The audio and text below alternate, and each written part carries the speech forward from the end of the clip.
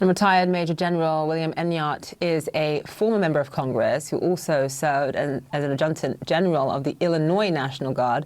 And he joins us live now from Belleville, Illinois. Thank you so much for being with us. Just at this point, just based on what's happened in LA, how likely is it that we're going to see National Guard, Marines in other cities across the country, depending on how much the protests flare up in other cities as well?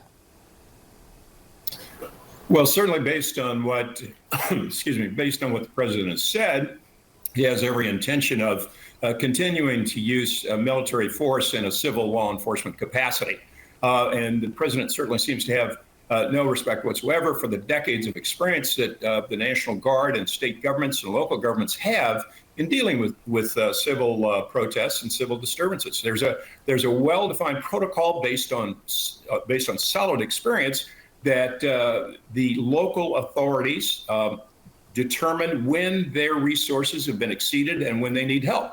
When, when that happens, the local authorities go to the governor and ask for assistance, whether it be the state police or the National Guard.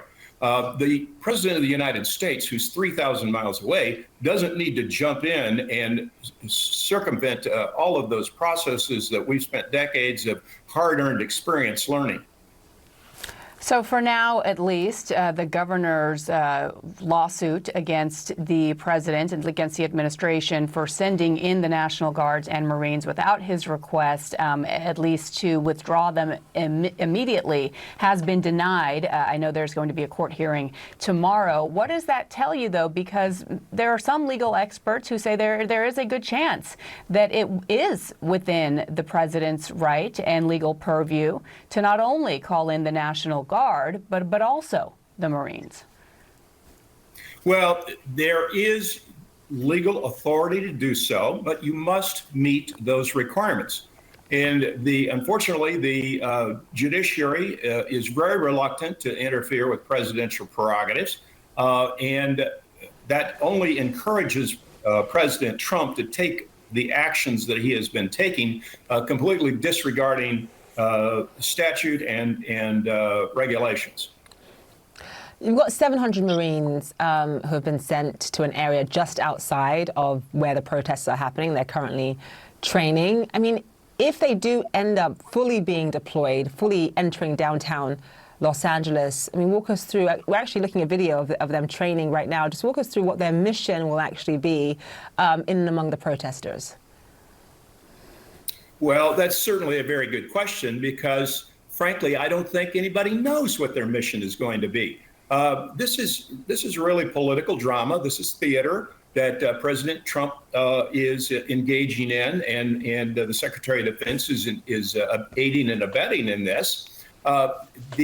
Frankly, the area of protest is very small. It's certainly within the capability of the 8,000 police officers of the Los Angeles Police Department to handle, and certainly could, should they need assistance, the state of California can bring in state troopers as well as other local law enforcement under compacts to support each other, and then the Guard, should the Guard be necessary. The Marines are there for a show of force for the president.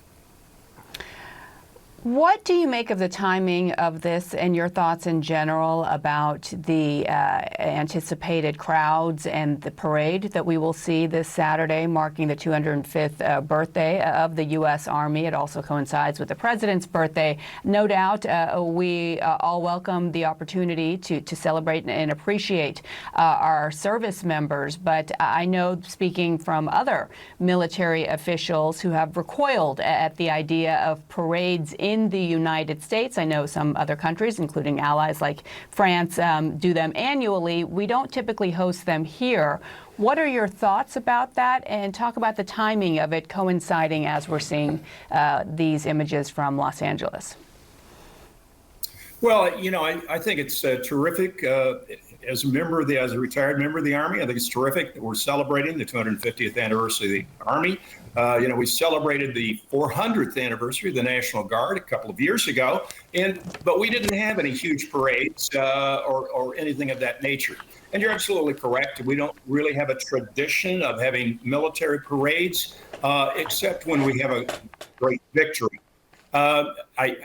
As we know, Donald Trump has been called the king of reality TV. And it's certainly fortunate for him that his birthday happens to fall on June 14th, the Army's 250th birthday, as well as Flag Day here in the United States. So he's, as a master of television, he's certainly going to take every advantage of that.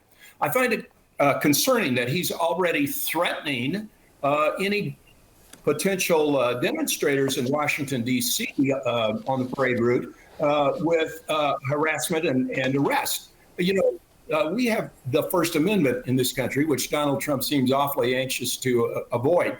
Frankly, what he wants to do is distract the American public from the problems that are being caused by his flip-flopping on tariffs, by the tax bill that is pending in Congress, which even his Republican Party can't support.